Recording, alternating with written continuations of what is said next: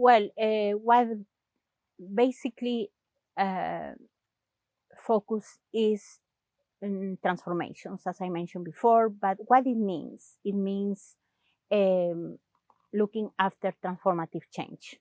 And transformative change not only of people, no, it is not only social transformation, but linking it to what indigenous communities aim and do.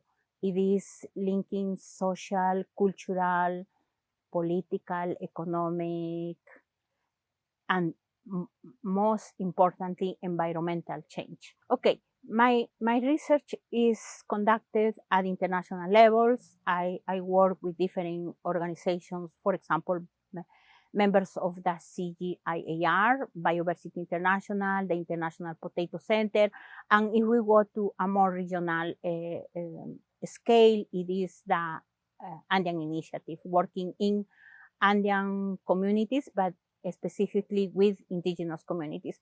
And in Canada, I have the privilege of leading a team that we call the SITS team.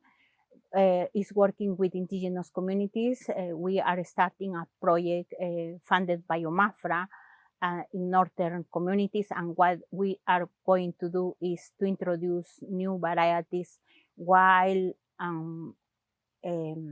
local seed varieties in order to work on food security and food sovereignty. And what we are doing is bringing all the experience for the past 15, 20 years working in Africa at international levels and Latin America.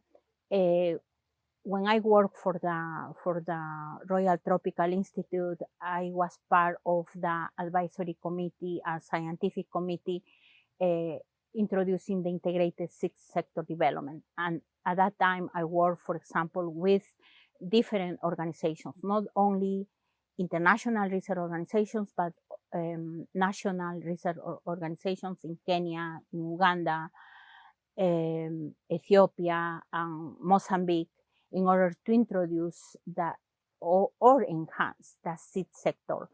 And in Latin America, we currently have also projects working with the Andean Initiative in order to enhance and first evaluate and then see some gaps or weaknesses that we can collaborate with the International Potato Center, the Andean Initiative, and local NGOs, as well communities, because my work is more applying the participatory action research.